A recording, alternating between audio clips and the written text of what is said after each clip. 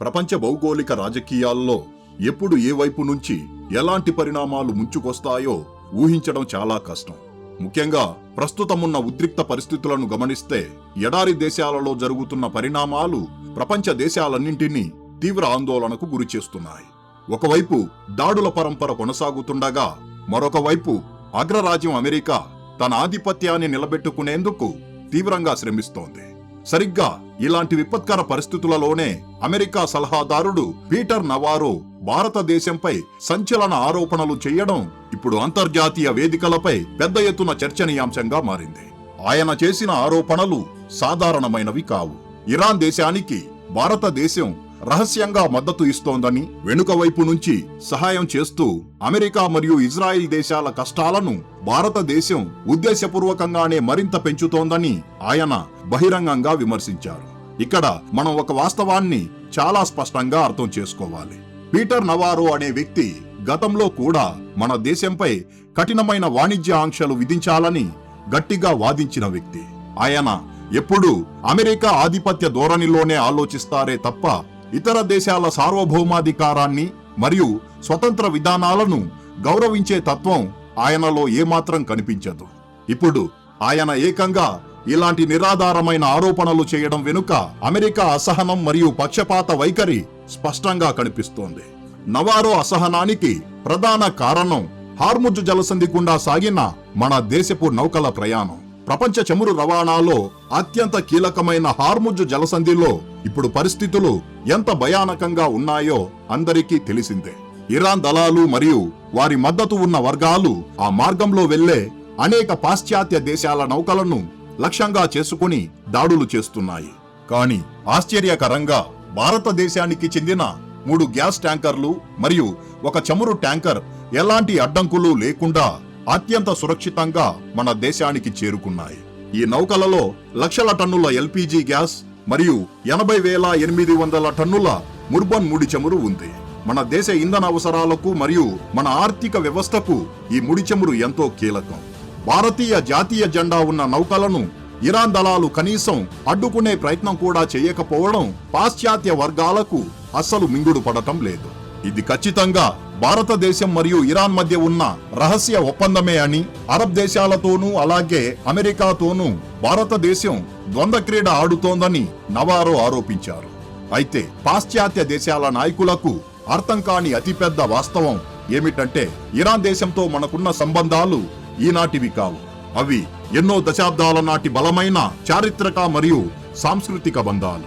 కష్టకాలంలో ఇరాన్కు మనం ఎన్నోసార్లు మానవతా దృక్పథంతో నిస్వార్థంగా సహాయం చేశాం. ఆ కృతజ్ఞతతోనే వారు మన నౌకలకు సముద్ర మార్గంలో సురక్షితమైన ప్రయాణాన్ని కల్పిస్తున్నారు తప్ప ఇందులో పాశ్చాత్యులు అనుకుంటున్నట్లు ఎలాంటి కుట్ర లేదు. అమెరికా ఆరోపణలపై మన విదేశాంగ మంత్రి డాక్టర్ ఎస్ జయశంకర్ ఇచ్చిన బదులు దౌత్య వర్గాలలో ఒక సంచలనం సృష్టించింది. అమెరికా ఎవరితోనైనా శత్రుత్వం పెట్టుకుంటే వారందరినీ మనం కూడా శత్రువులుగా చూడాల్సిన అవసరం భారతదేశానికి ఎంత మాత్రం లేదని ఆయన కుండ బద్దలు కొట్టినట్లు స్పష్టం చేశారు. ఈ పోరాటం మనది కాదని, మన విదేశాంగ విధానం ఎప్పుడూ శాంతియుత చర్చలకు మరియు దౌత్యపరమైన పరిష్కారాలకే పెద్దపీట వేస్తుందని ఆయన ప్రపంచానికి తేల్చి చెప్పారు. ఎవరి ఒత్తిళ్లకు తలగకుండా స్వతంత్ర విదేశాంగ విధానాన్ని అనుసరిస్తున్న భారతదేశాన్ని చూసి తమ పక్షాన గుడ్డిగా నిలబడలేదన్న అక్కసుతో అమెరికా నాయకులు ఇలాంటి విమర్శలు చేయడం వారి అభద్రతా భావానికి నిదర్శనం. నిజానికి సముద్ర మార్గంలో సురక్షిత ప్రయాణానికి బదులుగా ఇరాన్ కొన్ని మానవతా దృక్పథంతో కూడిన షరతులు పెట్టిందన్న వార్తలు వస్తున్నాయి. ముంబై తీరం వద్ద మన భద్రతా దళాలు పట్టుకున్న 3 చమురు ట్యాంకర్ల విషయం ఒకటైతే, తమ దేశానికి అత్యవసర వైద్య సహాయం అందించాలన్నది రెండవది. దీనిపై వెంటనే స్పందించిన భారతదేశం తక్షణమే అత్యవసర మందులు, టీకాలు మరియు వైద్య పరికరాలను ఇరాన్కు పంపించింది. ఈ అమూల్యమైన సహాయాన్ని నేరుగా ఇరానియన్ రెడ్ క్రిసెంట్ సొసైటీకి అందజేశారు. రెడ్ క్రిసెంట్ అంటే ఇస్లామిక్ దేశాలలో రెడ్ క్రాస్ కు ఉన్న మరో పేరు. ఉద్రిక్త పరిస్థితుల కారణంగా అక్కడ ఆసుపత్రులపై పడుతున్న తీవ్రమైన ఒత్తిడిని దృష్టిలో ఉంచుకొని మన దేశం చేసిన ఈ మానవతా సహాయం ఆదర్శప్రాయమైనది. అంతేకాకుండా మన దేశంలోని సామాన్య పౌరులు సైతం ఇరాన్కు ఆర్థిక సహాయం పంపుతుండటం విశేషం. ఆన్లైన్ ద్వారా నిధులు బదిలీ చేసేటప్పుడు కొన్ని సాంకేతిక సమస్యలు వస్తుండటంతో సాధ్యమైతే నేరుగా రాయబార కార్యాలయానికి వచ్చి నగదు రూపంలో సహాయం అందించాలని ఇరాన్ అధికారులు కోరడం రెండు దేశాల ప్రజల మధ్య ఉన్న ఆత్మీయతను తెలియజేస్తోంది. ఇదిలా ఉండగా ఎడారి దేశాలలో జరుగుతున్న ఈ పోరాటంలో ఇరాన్ ఇంత సుదీర్ఘంగా మరియు బలంగా ఎలా నిలబడగలుగుతోంది అన్నది ఇప్పుడు భద్రతా నిపుణుల మధ్యలో మెదులుతున్న అతిపెద్ద ప్రశ్న. దీని వెనుక చైనా మరియు రష్యా దేశాల అదృశ్య హస్తం ఉందన్న ఆధారాలు ఇప్పుడు ఒక్కొక్కటిగా బయటపడుతున్నాయి. అమెరికన్ నిఘా వర్గాల రహస్య పత్రాల ద్వారా వెల్లడైన సమాచారం ప్రకారం ఈ వివాదం మొదలవడానికి ముందే ఇరాన్ మరియు చైనా మధ్య ఒక భారీ రహస్య ఆయుధ ఒప్పందం జరిగింది. 2021వ సంవత్సరంలో ఈ రెండు దేశాల మధ్య జరిగిన 25 సంవత్సరాల సుదీర్ఘ చమురు ఒప్పందం దీనికి పునాది వేసింది. ఈ ఒప్పందంలో భాగంగానే చైనా నుండి CM-302 యాంటీ షిప్ క్రూజ్ మిసైళ్లను ఇరాన్ కొనుగోలు చేసింది. ఇవి సామాన్యమైన మిసైళ్లు కావు. ఇవి సూపర్ సోనిక్ వేగంతో, అంటే ధ్వని వేగం కంటే ఎన్నో రెట్లు వేగంగా ప్రయాణించగలవు. ఇవి సముద్ర ఉపరితలానికి అతి దగ్గరగా ప్రయాణించడం వల్ల అత్యాధునిక శత్రు దేశాల రాడార్లు సైతం వీటిని గుర్తించడం దాదాపు అసాధ్యం. దాదాపు 290 కిలోమీటర్ల సుదీర్ఘ పరిధి కలిగిన ఈ మిసైళ్లు ఇప్పుడు అమెరికా నౌకాదళానికి అతిపెద్ద ముప్పుగా పరిణమించాయి. చైనా ఈ స్థాయిలో ఆయుధాలను సరఫరా చేయడం వెనుక పెద్ద వ్యూహమే ఉంది.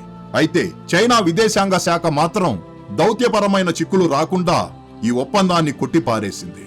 కానీ వాస్తవాలు మరియు యుద్ధ క్షేత్రంలో కనబడుతున్న ఆయుధాలు మాత్రం వేరే కథను స్పష్టంగా చెబుతున్నాయి. చైనాతో పాటు రష్యా కూడా ఈ భౌగోళిక రాజకీయాల చదరంగంలో ఇరాన్కు పూర్తి స్థాయిలో అండగా నిలుస్తోంది. గతంలో ఉక్రెయిన్తో జరిగిన పోరాటంలో రష్యాకు ఇరాన్ తన డ్రోన్లను అందించి ఎంతో సహాయపడింది. దానికి బదులుగానే నేడు రష్యా సాంకేతిక పరిజ్ఞానం ఇరాన్కు అందుతోంది. ఇటీవల రష్యా ప్రయోగించిన అత్యంత అధునాతన హైపర్సోనిక్ మిసైళ్ల వెనుక ఖచ్చితంగా రష్యా హస్తం ఉందన్నది రక్షణ రంగ నిపుణుల ప్రగాఢ విశ్వాసం. ఉద్రిక్తతలు మొదలైనప్పటి నుండి ఎన్నో రష్యన్ మరియు చైనీస్ రవాణా విమానాలు అత్యంత రహస్యంగా ఇరాన్లో దిగాయి. ఇరాన్ దళాలు చేస్తున్న దాడులు అంత ఖచ్చితత్వంతో లక్ష్యాలను ఛేదిస్తున్నాయంటే దానికి ప్రధాన కారణం రష్యా నిఘా వర్గాలు అందిస్తున్న 100% ఖచ్చితమైన సమాచారమే. అంతేకాకుండా ఇటీవల జరిగిన మరొక పరిణామం పాశ్చాత్య దేశాలను మరింత ఆశ్చర్యానికి గురిచేసింది. దాడులలో Iran supreme leader Ali Khamenei కుమారుడు మోస్తఫా ఖమేనీ తీవ్రంగా గాయపడ్డారన్న వార్తలు వచ్చిన వెంటనే రష్యాకు చెందిన అత్యవసర వైద్య విమానం మాస్కో నుండి బయలుదేరి ఇరాన్ సరిహద్దులకు అతి సమీపంలో ఉన్న అజర్బైజాన్లోని లంకరాన్ నగరానికి చేరుకుంది. మానవతా సహాయం కోసమే ఈ విమానం వెళ్ళిందని చెబుతున్నప్పటికీ తిరుగు ప్రయాణంలో ఆ విమానం యొక్క సిగ్నల్స్ అదృశ్యం కావడం పలు అనుమానాలకు తావిస్తోంది. గాయపడిన మోస్తఫా ఖమేనీకి మెరుగైన చికిత్స అందించడం కోసమే రష్యా అధినేత స్వయంగా పర్యవేక్షించి ఈ రహస్య ఆపరేషన్ను నిర్వహించారని సమాచారం.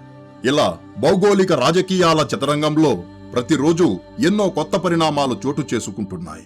అయితే అగ్రరాజ్యాల ఆధిపత్య పోరులో మరియు ఎడారి దేశాల ఉద్రిక్తతల మధ్య భారతదేశం తనదైన శైలిలో అత్యంత సమతుల్యంగా మరియు స్వతంత్రంగా ముందుకు వెళ్లడం మన దేశ విదేశాంగ విధానం యొక్క అద్భుతమైన విజయానికి నిదర్శనం. అమెరికా ఒత్తిళ్లకు తలగ్గకుండా మన జాతీయ ప్రయోజనాలను మరియు పాత మిత్రులను కాపాడుకుంటూ ముందుకు సాగడమే నిజమైన సార్వభౌమాధికారం. మరి ఈ పరిణామాలపై మీ అభిప్రాయం ఏమిటి? దయచేసి కామెంట్ బాక్సులో తెలియజేయండి. ఈ వీడియో కింతే ఫ్రెండ్స్, ఈ వీడియో మీకు నచ్చినట్లయితే లైక్ చేయండి. అలాగే ఇలాంటి మరిన్ని ఇన్ఫర్మేటివ్ వీడియోస్ కోసం ఇప్పుడే మన ఛానల్ను సబ్స్క్రైబ్ చేసుకోండి. జై హింద్.